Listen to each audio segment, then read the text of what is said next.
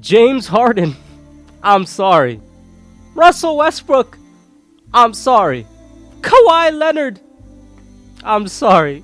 Paul George, I'm sorry. PJ Tucker, I'm sorry. Everybody else on the squad, I'm sorry.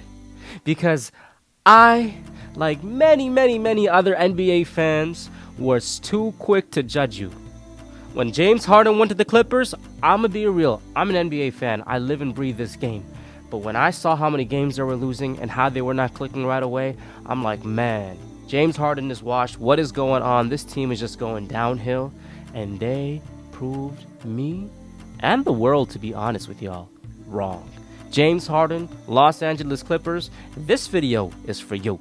It wasn't that long ago in which probably the biggest trade of the season thus far. I still think more trades are going to happen, just wait for it. But at least thus far, the biggest trade of the season in which the LA Clippers acquired 10-time All-Star guard James Harden and a blockbuster trade with, of course, the Philadelphia 76ers. You already know that James Harden just didn't want to come back to the squad, the drama, etc. That was the whole offseason vibe, and he just wanted a new home. And obviously, the Clippers were his preferred home, playing alongside Paul George, Kawhi Leonard, Russell Westbrook, his former teammate, and others, and that's exactly what happened.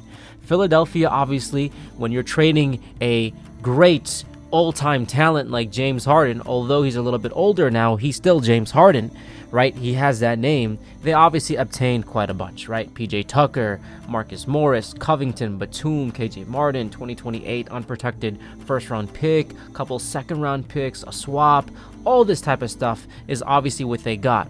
But when James Harden went to the Clippers, and you saw them lose game, James Harden is playing washed. It was a 5-game stretch where they just were not doing it, and they were one of the biggest laughing stocks in the NBA. And I'm not gonna lie, I even, as somebody who roots for the Lakers, was like, yeah, the Clippers just don't got it this season, right? Kind of just brushed them off, if you will. But as LeBron James recently mentioned, right after actually ironically beating the Clippers, in a game, he obviously commended their coach. He commended their coach to such an extent in which he said it only took Tyronn Lue about 5 games or so to get it all together. And boy, did the Clippers get it all together. As of this recording, the Los Angeles Clippers right now are literally one of the best teams in the NBA. They're the 4th seed, just 2 games away from the 1st seed in the West. They're 23-13, and this team is just doing nothing but winning games, okay? Obviously, they may lose a game or two, but they're getting a bunch of stretches, and all their players are playing exceptionally well. People know their roles, and of course the bench, obviously the role players are just really helping the main core of this squad really excel. And I gotta give props to the main core of this squad, because each and every single one of them are playing well. You pair that with a coach like Tyronn Lue, the Clippers are one of the most dangerous teams in the NBA, and I gotta admit it, I obviously was one of those dudes that said that ruled this team out, and they proving me and they proving everybody wrong. That's why I'm making a whole video dedicated on the Clippers, dog. Literally. Now, let's get started with some of the main players on the squad. Obviously, we know Kawhi Leonard is their biggest superstar. Literally, Kawhi Leonard just signed a 3-year extension with the Los Angeles Clippers, nearing to almost over $150 million. This brother about to be getting guaranteed $50+ million a year in an extension, okay? And you got to give Kawhi Leonard props. I'm going to give him a lot of props because this brother obviously went down with an injury not too long ago with the Clippers, but he's back this season and he is literally playing at an all-star level. Kawhi Leonard right now is literally in just maybe about 32 games or so, is averaging 24 points a game. He's averaging 6 rebounds, almost 4 assists, almost 2 steals. He's obviously shooting at a very high clip, 50% from the field goal percentage from the 2, 43%, which is literally almost a career high from the 3. He's doing it all. He's making the big shots, and he's obviously the clear, vocal point of this offense. But what makes the Clippers honestly so special, bro, what makes this team so special is that they have people such that if their main star, which is in this case Kawhi Leonard, isn't playing the way he's supposed to in a game or two, they have such great role players who literally at one point in time were the A1s of their squad.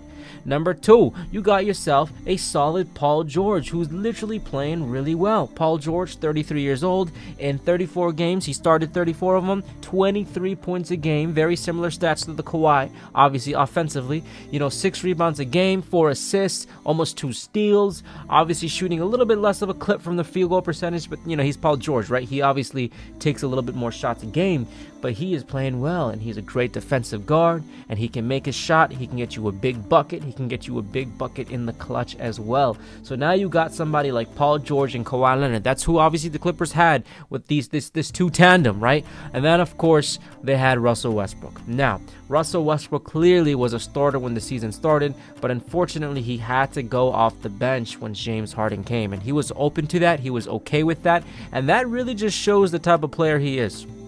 It really shows the type of player he is. It wasn't the first time that he had to go to the bench, but he had to go to the bench in a circumstance with the Lakers, which was because of his play.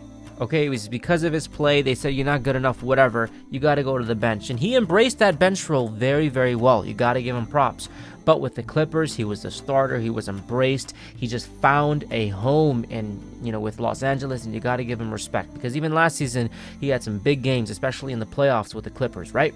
Now, as a bench player, Russell Westbrook is still getting some solid stats. He's obviously playing a lot less minutes, 23 minutes a game, but he's averaging 11 points, 6 rebounds, 5 assists. You can't beat that.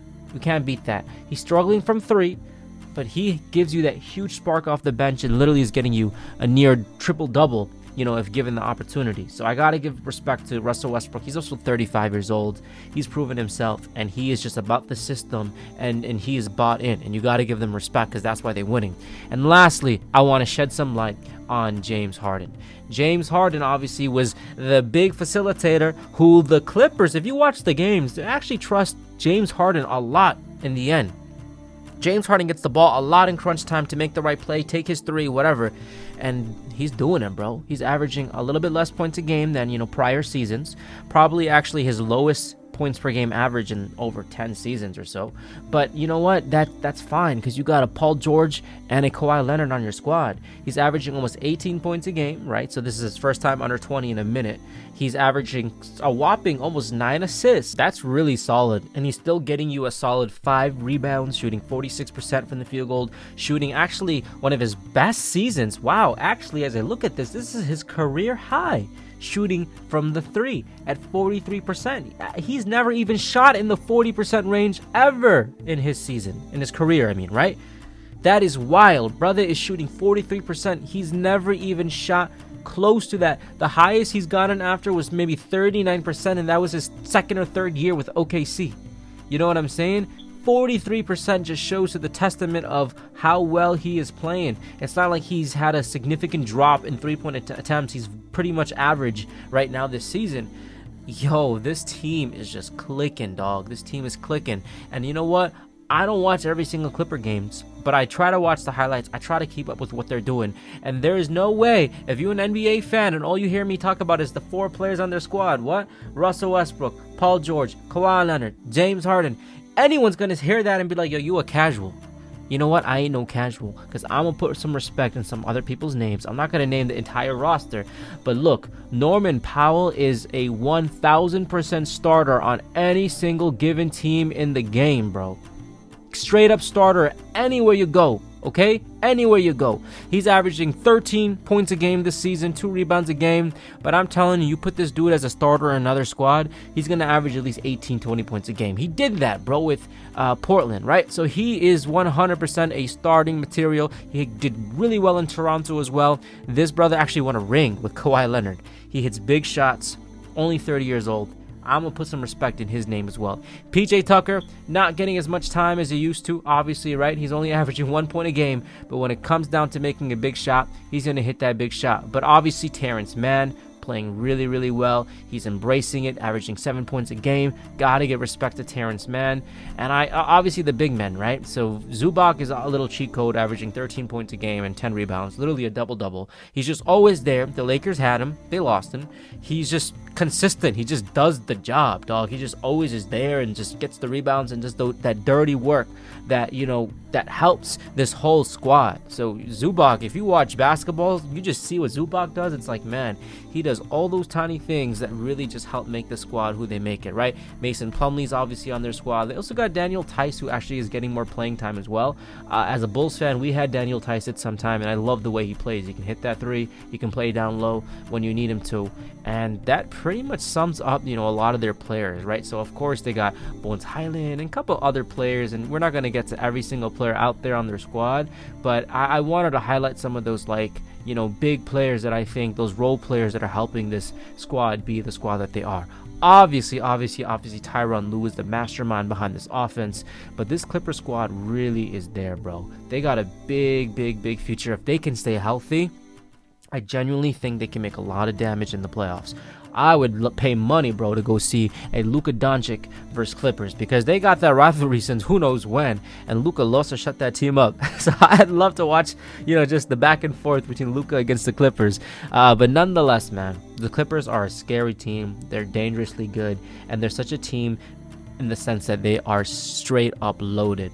You take one star player away, you can easily replace it with a straight up starter from the bench, right? A Russell Westbrook, a Powell, etc. So I'm proud of this Clippers team. They proved me wrong, and they're only playing better and better, and they're only getting more chemistry and more chemistry. And we seeing people like James Harden play like he's 27 right now, which is crazy to see. You gotta respect it. This team got my respect. Am I gonna say I'm rooting for them in the playoffs? Probably not. But do I say, are they a legitimate team? You better believe they're more than just a legitimate team. They may very well be one of the best teams, if not the best team in the NBA, or at least the Western Conference. We'll see how the season plays out. In the comments down below, let me know, are the Clippers a fluke? Are they the real deal? Let me know in the comments down below, and I'll see you on the next video. If you haven't subscribed, go ahead and hit that sub button, man.